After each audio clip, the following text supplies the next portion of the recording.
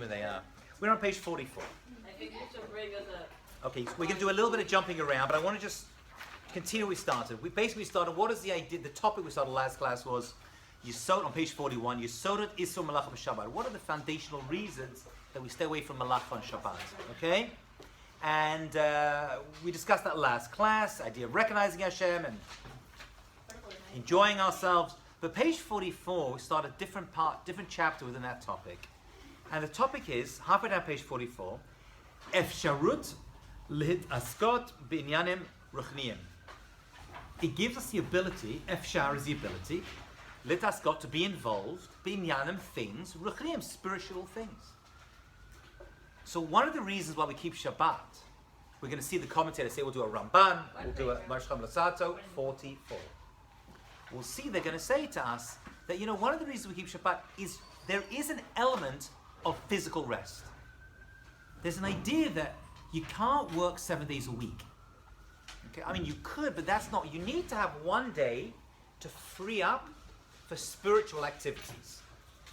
Okay, that's pretty much summary of what they're going to say. Let's start with the Ramban Nachmanides. This is commentary on Shemot, Exodus chapter 20, verse 8. And he says, second line down in the paragraph, V'hatam, and the reason, actually the word tam means a taste, but it also means the reason, right? Because, you know, the tam gives the taste of an idea. Sheteh hashvita b'yanenu. Why do we have to rest 1 day a week? It's bavor yom kadosh. It's a holy day, which we already discussed a little bit. Lehipanot, to free yourself, me'eske hamachshavot, from all the different thoughts, v'hevle azmanim, and all the hevel, all the stuff that's making you busy during the rest of the week. V'latet ba'oneg lavshenu b'derech Hashem.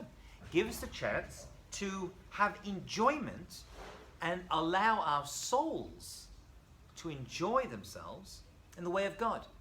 Meaning, you're very busy during the week. You can't be involved in spiritual activities during the week. We live in an age where we can, but we don't. But we're very busy. We have work to do. We have other school work. We have money work. There's a lot going on.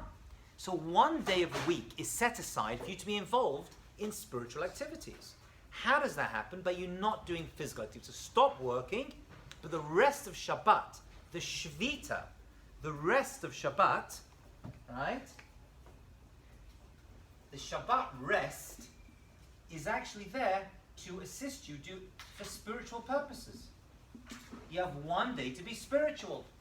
That's really what the Ramban is saying. That's his thesis, you know, which makes sense because you're very busy during the week. So the rest isn't just to fall asleep and to physically rest. The physical rest is there to help you be involved in spiritual activities. Okay?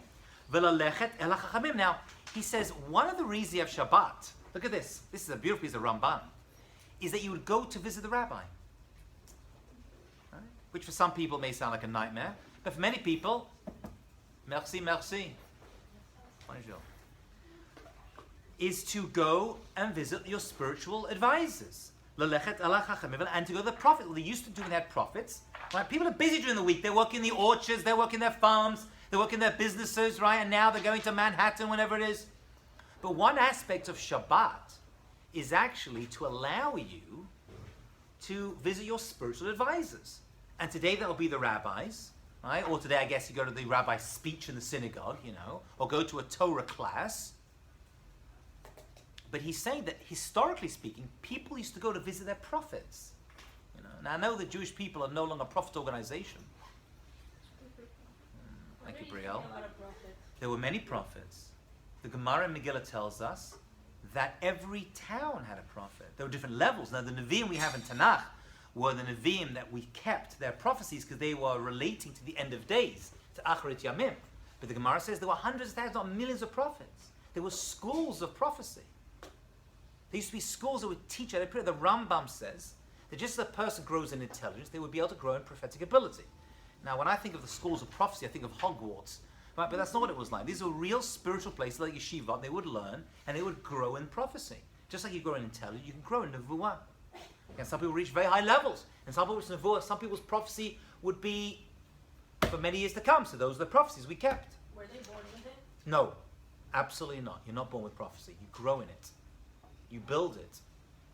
It's like are you born with intellect? You're born with the ability, right? The potential, and then it formalizes and crystallizes. So every town had a prophet. They would go to them and they would receive direction in life. So we don't have that nowadays, but we had that back then. Now we have the rabbi. So you go to a Torah class on Shabbat. You can't say I'm too busy on Shabbat. What are you going to do? No one's too busy to go to a Torah class. Not busy to learn 1 hour, 2 hours of Torah a day now. You're students at college, so you're lucky enough at Yeshiva University to have it every single day. So maybe on Shabbat you want a day off, but that's a shame. Right? That's a shame. Right? It should be, at least the Torah learning on Shabbat should be lishma, not for course credit, but because I want to learn a little bit. So finding 1 hour, half an hour for a Torah class on Shabbat, or reading a book, or doing something spiritual, or going to a Torah class with a rabbi, is what you should do. That's what the Ramban is telling us. I'm just reading what it says. You can read it for yourself. It's here in black and white, with my black pencil. Lalechet el hachachamim vel hanavim lishmot divrei Hashem. Hearing God's words, Kamo shenemar, as I believe this is from Tanakh. Madua talechet alav hayom. Right? I thought it was David HaMelech. Maybe someone went to visit the Navi during his time, and one of his friends said, "Why are you going to visit the prophet? It's not Rosh Chodesh or Shabbat." And they learned out from that the way we used to do on Shabbat and Rosh Chodesh was go visit the prophet. They would actually go visit the prophet. Madua talechet hayom lo chodesh v'lo Shabbat. He's saying, "Why are you going today? It's not Shabbos or Rosh Chodesh." Meaning Rosh Chodesh, which for us is like, unfortunately just another day, which is very sad. It used to be a day where people would stop, would detach from work, and would go and seek spiritual betterment. It was said by the Shunammite, like the woman. The Shunammite woman, that's what it was?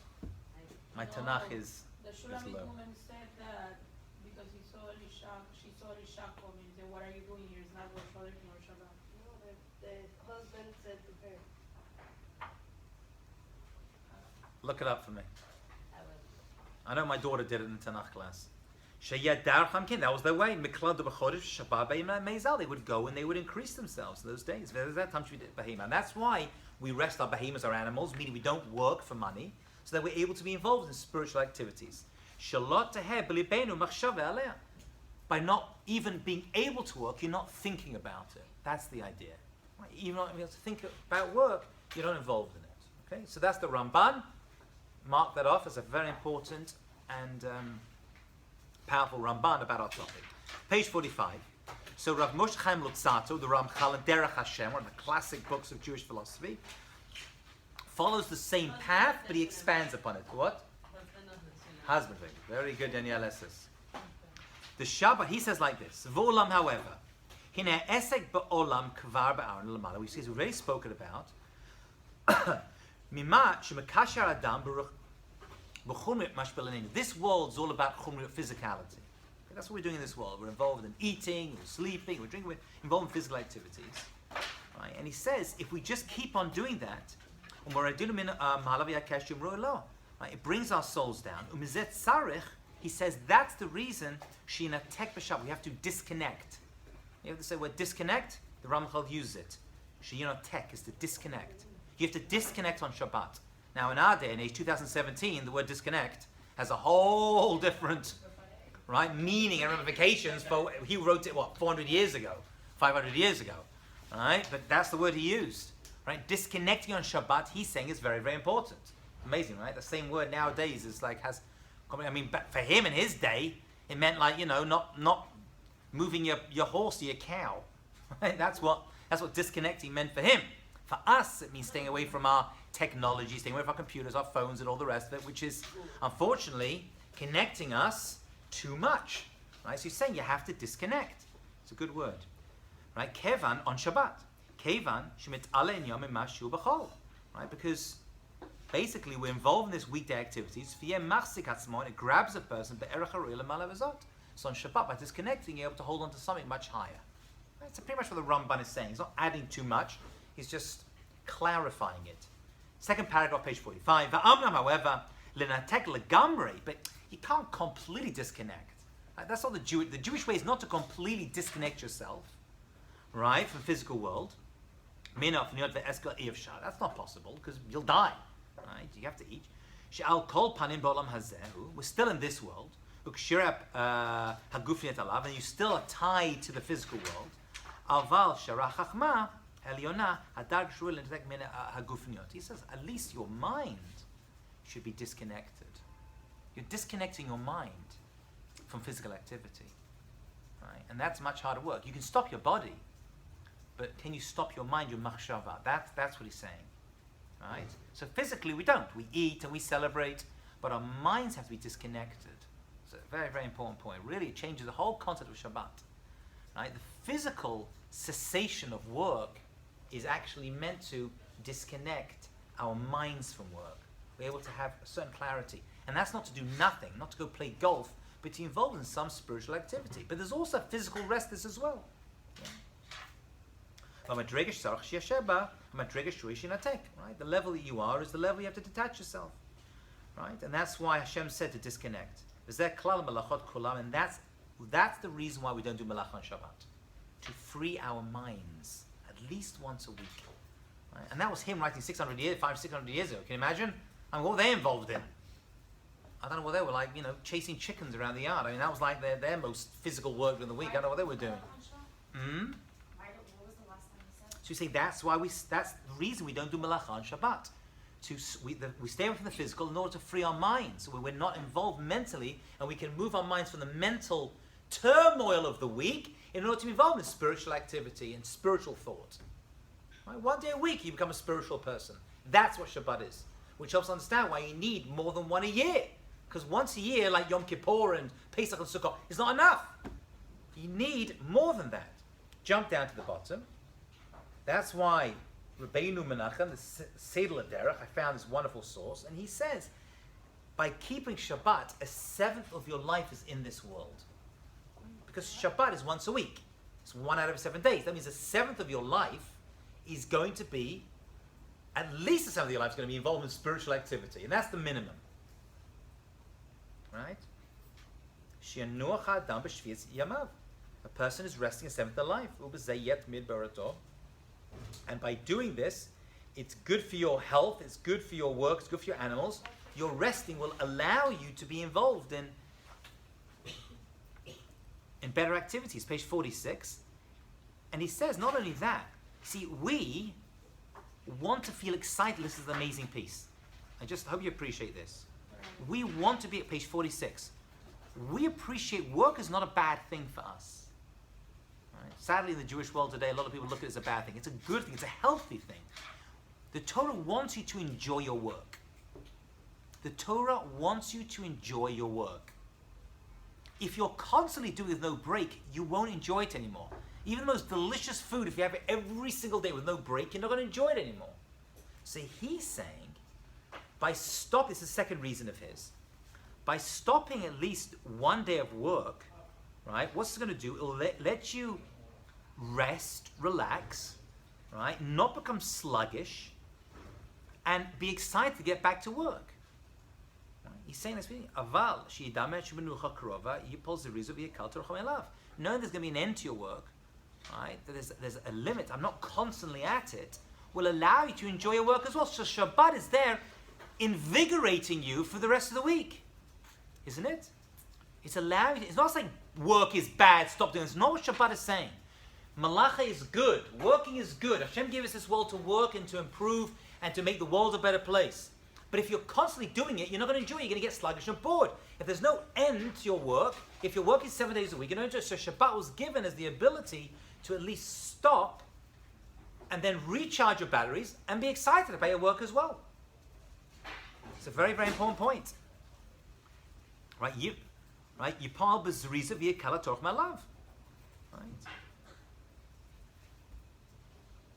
And he says that's why you have look at just I'm sorry, just finish with this. He says lefisha kocha dimion. He says your mind has to know there's an end. Your mind has to know there's an end. If your mind doesn't know there's an end, then you're finished. If there's an end to the struggles you're going through. So Shabbat is actually the end of your struggles. It gives you that ability. Yeah? Rabbi, who says about the seventh of life? That was the bottom page 45, and that is the Seder Derech, Rabbeinu Menachem, He also said that. a student of Rabbi Yehuda ben Harosh. I don't know who he is. He was a great rabbi. Yeah. He also said that it's the end to your struggles, right? Yeah. So it was two reasons, 1 and 2. I highlighted the word 1 and 2 so you can see it there. Those are the two reasons Seder L'derech. Right? I said reason number one is that a person, it's good for you physically. It's good for you physically. Okay, you're able to stop. Right? You can have health. It's not healthy to constantly, that's why slaves, right? Constantly, they don't stop. He said the second one is that you should actually help you enjoy your work. You know there's an end to your work if you don't like it. Right? And there's a reward that you get to go back to it. Right? You don't get bored with what you do. If you're constantly doing the same thing, it's just too much.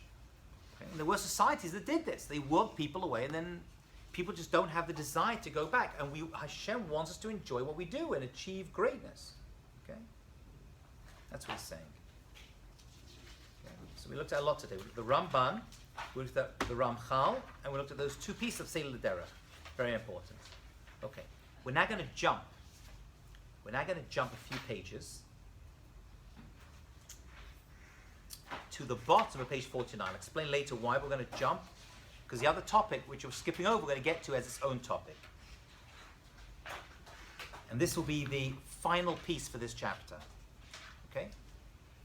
What is another reason that we stay away from Malacha on Shabbat? Yeah. So the other reason is Kabbalat Ol Malchut Shemayim, to accept upon ourselves the yoke, right, of heavenly majesty. So what does that mean? So in order to understand, we're on page 49 at the bottom. Everything from what we just finished until this point will not be on the final, but this point is the point I want to look at together. Yeah. Right, Rav Chaim Friedlander. So he basically is going to quote a very famous Gemara, which is in Shabbat, quite appropriately. And the Gemara says something very interesting. And we already discussed how the Torah was given to us on Shabbat, and that's not a coincidence. Right? It's not a coincidence that Hashem connected Shabbat and Matan Torah. Right? If you remember, that's one of the things we looked at before. So we know that at Har Sinai we said, Naseh v'nishma. We will do and we will listen. We'll do what's in the Torah, and then we're going to find out what's in the Torah. Okay? This expression, the Gemara goes into a lot. Does anyone know which Torah portion those two words are found in? Naseh v'nishma. We will do and we will listen. Now, it's probably those two most important words in the entire Torah. No. When we got the Torah, Matan Torah. Right? Which parsha is that? That was what they started. So I would have thought Yisro as well, right? That's when we said it, but it's actually Mishpat, and the week later, those words appear in the Torah. Two very important words. Naseh v'nishma. We'll do, and then we'll listen. What does that mean? We'll do, then we'll listen. Naseh v'nishma. We will do what the Torah says, and then we'll try to figure out what it's talking about. Which means you don't have to know everything in order to do something. You can do it without knowing all the reasons why. But that's not enough, because you still have to know why you're doing stuff, which is why we do a halacha class, but also a machshava class, as to why we keep Shabbat. Anyway, those two words, the Gemara says, were unbelievable. When the Jewish people said those words, Naseh v'nishma, because all the other nations said what's in it, and then we're not interested in it, the Jewish people said, we're in, and then we'll find out what it contains. Okay. So those are the two words. Naseh v'nishma were the two words the Jewish people said to accept the Torah. Very important words. The Gemara says, wow, when the Jewish people said those words, amazing things happened. Absolutely amazing.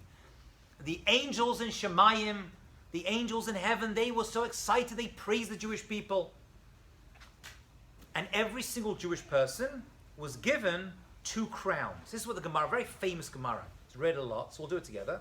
Zachu kol echad Yisrael, every one of the Jewish people at Mount Sinai, Har Sinai, merited, lekabel, to receive, shtei atarot, 2 crowns. Every Jew received 2 crowns on Shabbat, Matan Torah. What happened? What were these 2 crowns? Most are thinking, well, sounds good, right? Crown. Hello, of course, right? Was it metaphorical? It's metaphorical crowns. These are not real crowns. They weren't literally given crowns, right? It refers to something. A crown, a keter, represents majesty and royalty. However, they lost those 2 crowns. When? What did they do to merit, or not to merit, to keep them? The sin of the Chet Egel, sin of the golden calf. The Gemara says, right afterwards, right? Well, not right afterwards, right? 49 days after that, they had the sin of the golden calf. And then what happened? Those crowns were taken away. Jewish people, no more crowns. What are we going to do? Right? They had to go somewhere. They didn't go nowhere. They were given to Moshe Rabbeinu. So Moshe Rabbeinu now received those crowns on our behalf. They were deposited by him. So now Moshe Rabbeinu is there with 100,000 crowns. What that means, I'm not too sure. But Moshe Rabbeinu received them. But this is the important point. Why him? Because he was the only one person who deserved to keep them. Okay. Because he kept as a complete person. Right? Carrying up and up. That's why, by the way, the Torah says that his face shone out. He had such a beautiful radiance in his face. He had to cover his face with a mask, the Torah tells us. Right? Because of these crowns that he was crowned with at that time. Right? His skin, his body shone of spirituality. Turn over the page. Turn over the page. So why were there two crowns? They were connected the two words, Nasev and Ishma. Two crowns came to correspond to those two words. Mayu katramelu, echad keneged Nasev, echad keneged Nishma. So we have Nasev and Ishma. Okay? And this shows Zuhit Batlut. When they said these words, they showed that they were batel, they nullified themselves, right, before HaKadosh Baruch Hu's will. That's really what those words mean. What do the words mean? Nasev and Ishma means, you know what? I'm with you.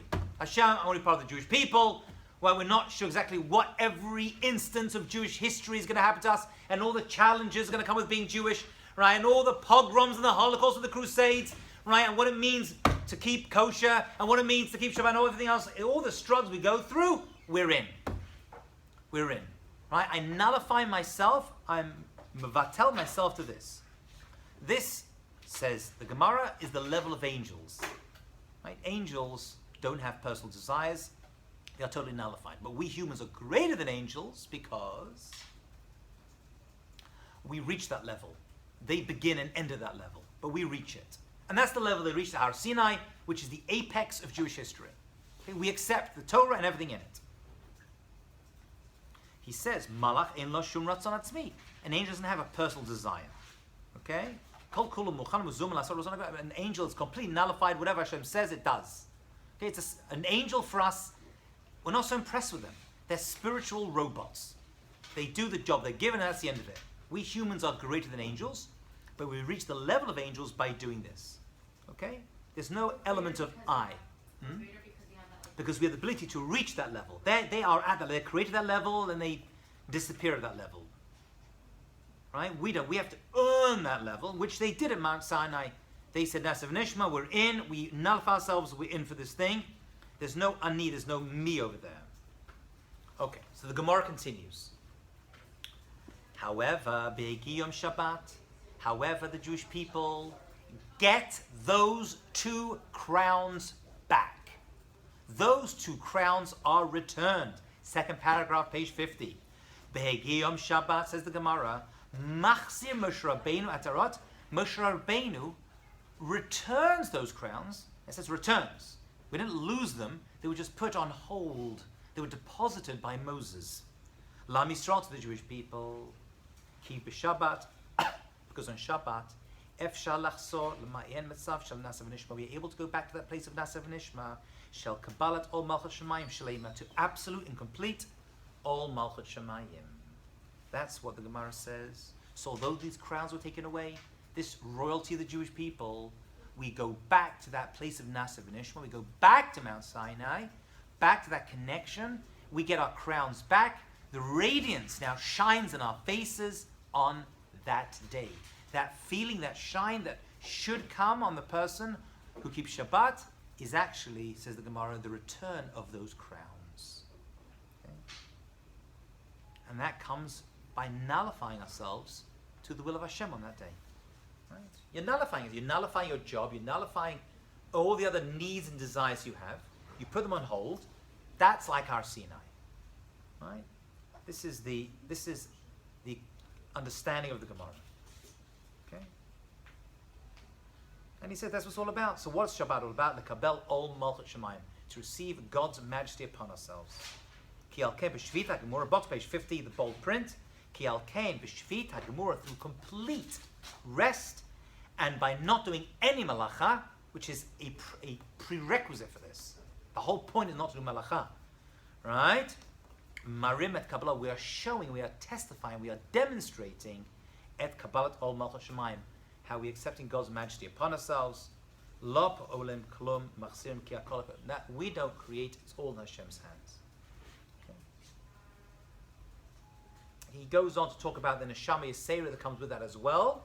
It takes the extra soul we're given on Shabbat, but we're going to leave that because we'll revisit neshama yisera a little bit later. Okay, turn to page 52. So the next point we're going to look at is actually a Rashi on Chumash. And Rashi makes a statement, which I believe he gets in the Gemara, which is related to what we've discussed up to now, but it goes further. So it's kind of its own chapter, but it's part of what we're saying of why we refrain from Malach on Shabbat. And the statement we want to look at now is an unusual statement that Rashi brings down as to why we have to keep Shabbat. Or how, actually, we should keep Shabbat. And Rashi makes a statement, and the statement is that a person is expected, this is on Chumash, that a person is expected to feel as though all their work is done. Okay, now, those are important words. Ki'ilu, as though. Kol malachtecha suya. What does it mean to keep Shabbat? Stopping malacha is one thing. That's what we discussed up to now. So Rashi is going to say, you know what? There's another aspect to this. It's not enough just to stop malacha. Right? It's not enough just to stop the work, the malacha. He's like, there's an extra level over here, which we're going to have to investigate, and that is to feel as though all your work is done. In the Hebrew, it's the top of the page. Ki'ilu kol melachtecha suya. Ki'ilu, it's as though all the work is done. Now that, we're going to see, is a very important level. Let's have a look at this. Let's try to figure this out. Because we're going to learn a lot from this idea. Top of page 52. So he brings out the words of the Mechilta. Right? He's like, you know, it is possible to keep Shabbat just by stopping malacha, by not doing the 39 malachot, the work activities, right until Shabbat begins. Over Shabbat, freak out, right? And then constantly have in your mind, I'm going to start my work again Saturday night or Sunday morning or Monday morning. Technically, you're keeping Shabbat. What we're going to see now is that that is a very low level of keeping Shabbat. There is a much higher expectation. And it goes like this. He quotes Rav Harkavi, Ki'ilu kol melachta hasuya, a person has to feel as though all the work is done, means hakol nigmar, everything is finished. She'im yargish, you see, it's not enough just to stop. You've got to feel shadayin sarech ligmor melachta. A person could feel as though they have to finish their work. Rak mipnei kedush, but you know what? It's Shabbat. I would never work on Shabbat. I would never do malacha. So I'll stop. But I'm just stopping. Really, I know that I got a lot more work to do. Nidcha'ad lacha Shabbat. So you know what? Shabbat is kadosh. I know that. I keep Shabbat, so I'll just push it off. Right? That's how most people keep Shabbat. He's like, you know what? We're missing the whole point. Kavar chasalo, by doing it this way, which technically works. You're not working Shabbat, but you're still thinking, you know what? I have work to do. He's like, by doing this, you're actually making a mistake. Kavar chasalo, you are lacking hamanucha metit, the real menucha, the real rest, vashalva, and tranquility, hanachona, that is correct, and that you should be doing. Rak tzarach lava lamadrega kazor. You're going to have to reach a much higher level. And what is that? So what are you meant to be doing? What are you actually expected to do? Sheyargish, you should feel. Shemalachto kala suya gemura is actually finished.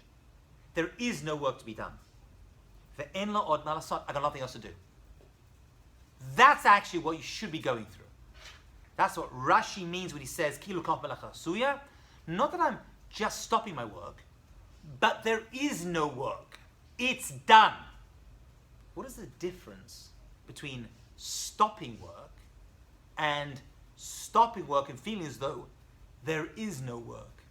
What is the difference between those two?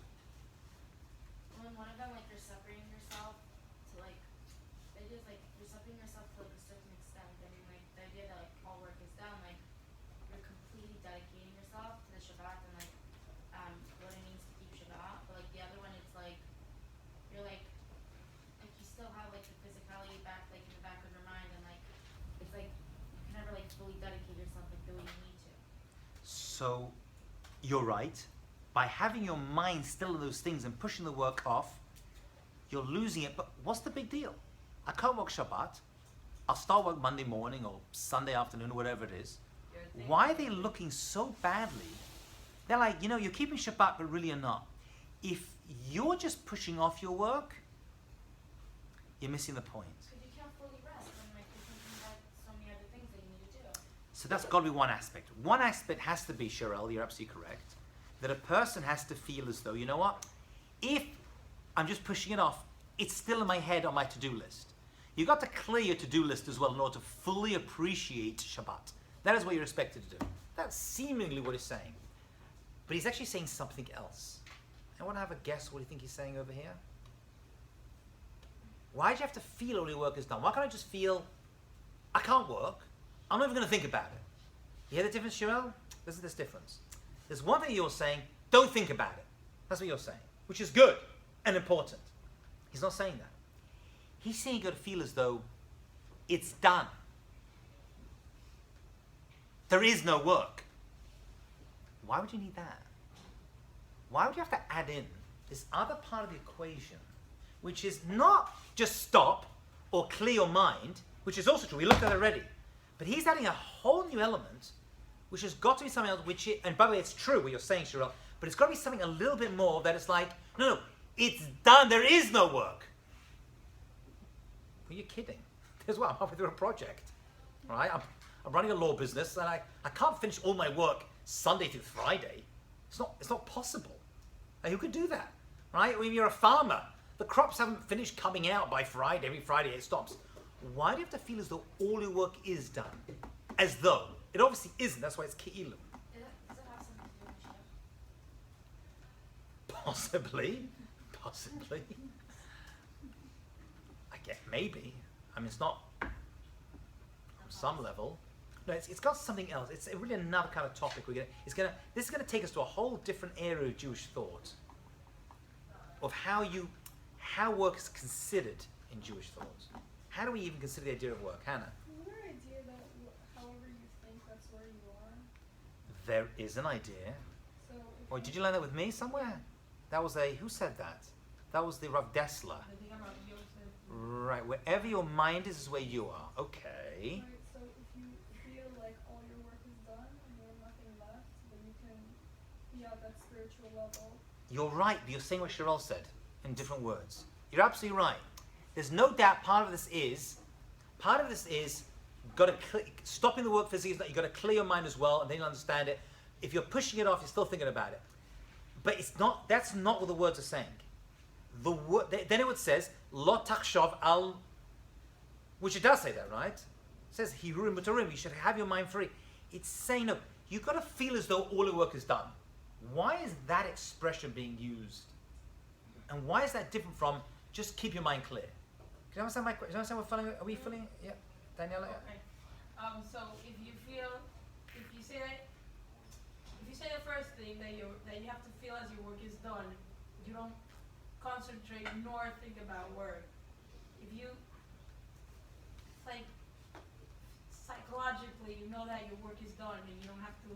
If you feel like your work is done, then you don't think ever again about your work until after Shabbat, because you're not worried about it. You know that your work is done. You're right. And you're repeating, in other words, what Hannah said, which is correct, and what Cheryl said. You're absolutely correct. But then it would say, keep your mind clear, which it says. This is different. This is saying something as though there is no work.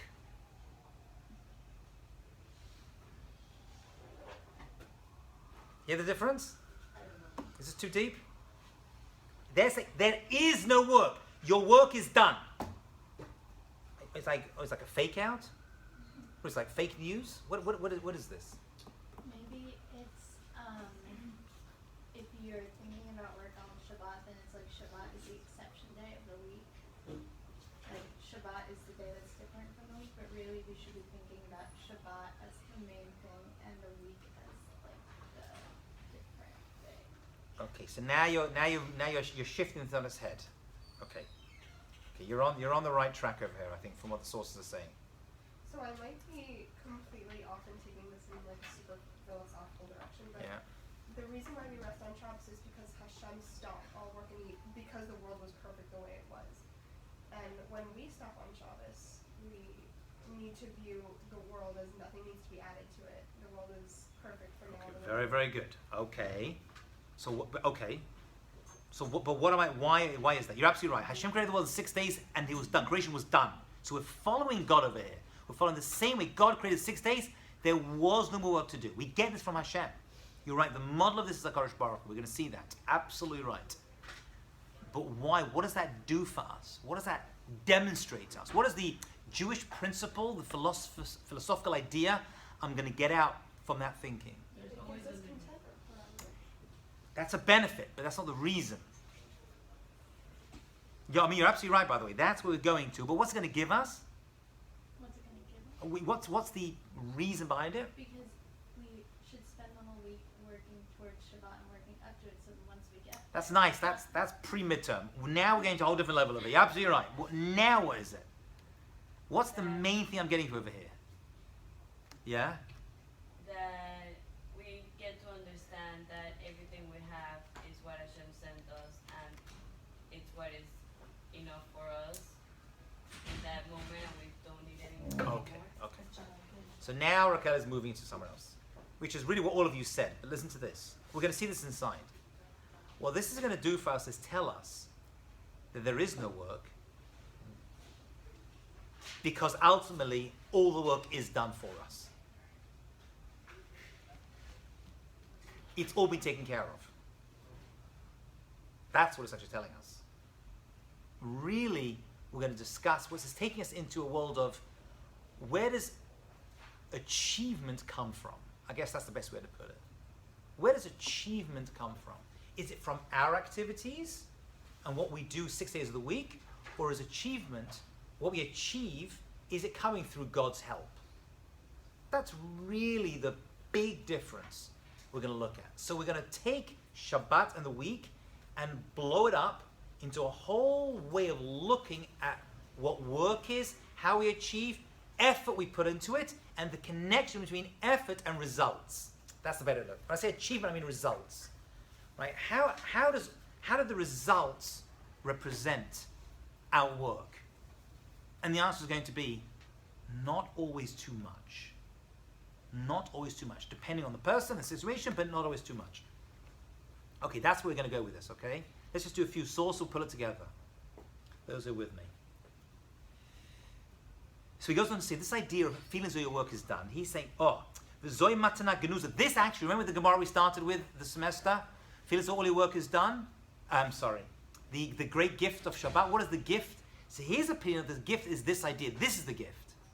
Zoi matana genuza. This is the hidden gift. She'adayim menuchat bebeit genazav. That is still in God's storehouse. She'ba'ol mazeh kasha lasigi. That it's very difficult to achieve in this world. He's what I'm about to tell you, he says, is a very high level. But Hashem gave it to us as a gift. That means a gift means we could have done ourselves, it was given to us as a gift. This is not an achievable reality. Natan Shabbat, Hashem gave us Shabbat as a gift. Only we have the level to reach this level. Madrega olam haba. It's actually the next, who said the next world? Shirel, off the phone. You said olam haba, did you say that, Mashiach? He says it's an element of Mashiach in this world, where, because when Mashiach comes, the work will be done. There'll be no more work as we know it. So there is a messianic component to this. There is a messianic component. He goes, well, I'm about to tell you, he's saying, this idea of stopping all our work is a gift. It makes no sense. It's not a natural way for people just to stop. People work and are constantly involved in stuff. He's like, actually, that's why it's a gift. A gift means you didn't earn it, it was given to you.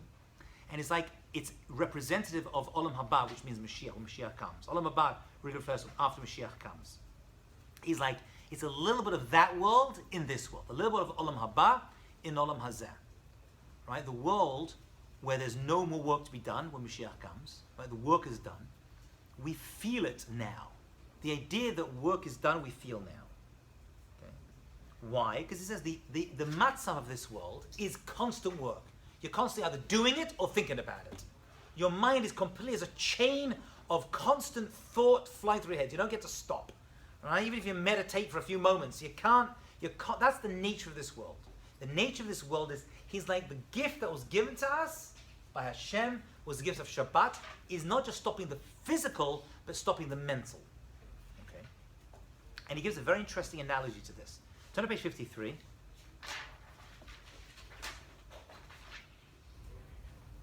He says, you know that Yaakov blessed his sons, Jacob blessed his sons with different blessings. Now, there were two sons that had a partnership. Does anyone know the two sons that had a partnership working and learning?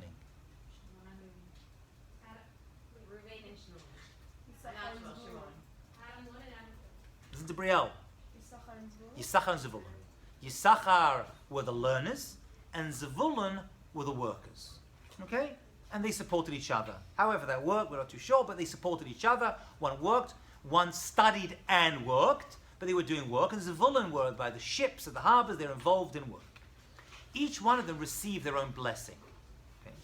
Now Yisachar was called a Chamor Gorem, which means a strong-boned donkey. So many of the blessings that were given to the tribes, right? Yehuda was compared to a lion cub, you know, which is why Yehuda, which is why Yerushalayim is. You see lions as the symbol of Jerusalem. Yeah, that's actually the real reason why, should be the reason why. But Yisachar was compared to a straw. Now when people read that, they're like, oh, what an insult. He's called a donkey. But actually we're going to see that was a great compliment. It's a great compliment. Yisachar is a strong-boned donkey. Why was Yisachar referred to as a donkey and not to a horse, a sus, which is so much better? He says, Afal, he says, look at this, there's a trait of a donkey that we like. And then we're going to tie this back to Shabbat. So this is a metaphor, we're going to tie back to Shabbat. Afal pishasus yoter chazak, although a horse is stronger than a donkey, min chamor, hem shua katuv lachamor, Yisachar was compared to a donkey. Why? Ki teva chamor, because there's a certain nature of a donkey that we like. There's a natural aspect of donkey that we like, which horses don't have. What is that? Ki teva chamor ena mechake lanuach. The donkey does not wait to rest. Ad sheyukal masom elav yisur mimenu. Until it's able to rest. That all its load is taken off. A horse needs to have its load taken off, and then it rests. But a donkey does not have that. A donkey has its load on its back, and even though its back is able to just lie down, it's got its whole pekala on its back, he's still able to completely rest. That is an amazing trait. We like that trait. We like it. That's Yisachar. Yisachar is a strong-boned donkey that is able to rest even with its pack on its back. Why? Rak. Right? Im hamasala roves ben hamishpatayim. Even with its pack on its back, it's able to rest. V'noach u'machlef kochasav l'nasad. Able to regain its power to keep going. V'zel l'mon Yisachar. That is Yisachar. What does that mean? Yisachar is someone who's able to work and do his job. Kocha l'natek l'kabel menucha b'matzah. Not to remove all of his work in order to rest, but able to rest even though, reach absolute menucha even with the stuff on his back. Imamasa shalav noach umachlev koach, and able to regain his strength. V'zeh masigim alidei hishtamshut b'chinuch b'targul hakoach hanitalo b'meso Shabbat kodesh. That is what Shabbat teaches us to do. Okay, you have this work on you, and you're still able to rest. Just like that donkey that Yisachar was compared to. he received that power through Shabbat. And so can we, is the idea. Okay? What is this idea? So we see there were people who actually could do this. So that you're literally working, and then the work is still on you, but you're in a state of rest. Okay? That is the power of Shabbat. Actually, he goes on to say that the Zohar says that Rav Shimon Bar Yochai, Rashbi, Rav Shimon Bar Yochai, lived his life in Shabbat. What does he mean lived his life in Shabbat? He was constantly in Shabbat. Monday was Shabbat for him. What do you mean? He didn't work? Of course he worked. He had to do malacha. He had to make fires and had to cook and work and do what he did. But that means that even though he was working, his mind was constantly focused on spiritual activities. Yeah, that's what it says. We're not at this level, but he was. Such a level exists. I've met such people who are constantly at rest, at peace, because they feel as though all the work is done. They do their ishtadlut, they do their effort, and then I'm done. I do what I have to do, and there is no more work to do. They live their lives like that. We get a glimpse of it on Shabbat. We get a glimpse of it once a week that there's nothing I can do. The business deal didn't finish. I'm done. It's not like I'll push it off. There's nothing I can do. All my work is done. I am finished. The phone can ring off the hook. Nothing I can do about it. It's as though all my work is done. I've finished it. I'm not, okay, I'll push it off, but I'm done. Rav Shimon Bar Yochai was like that all week. I did my little bit of it, my little hishtadlut. I'm done. There's nothing else I can do. That's a very high level. That's an incredible way to go through life. Right? That's what the power of Shabbat lets us do. We get to that. We get a glimpse of what he was doing. Turn to page 54 and we'll finish this off with a punchline. He says, yes, Lishol. He says, really though, are we kidding ourselves? Are you really meant to feel as though all your work is done? He's like, but it's not done. Is this a dimion? He's like, is this like a joke? Is this page 54? It's like, is that true though? It's like, come on. Just cutting off all your weekday thoughts, it's as though your work is done. It's not done. You're just clearing your mind of it. So, we're going to stop over there, pick this up next class, and answer this question in a different way to help us understand how we view work in general. Have a great day.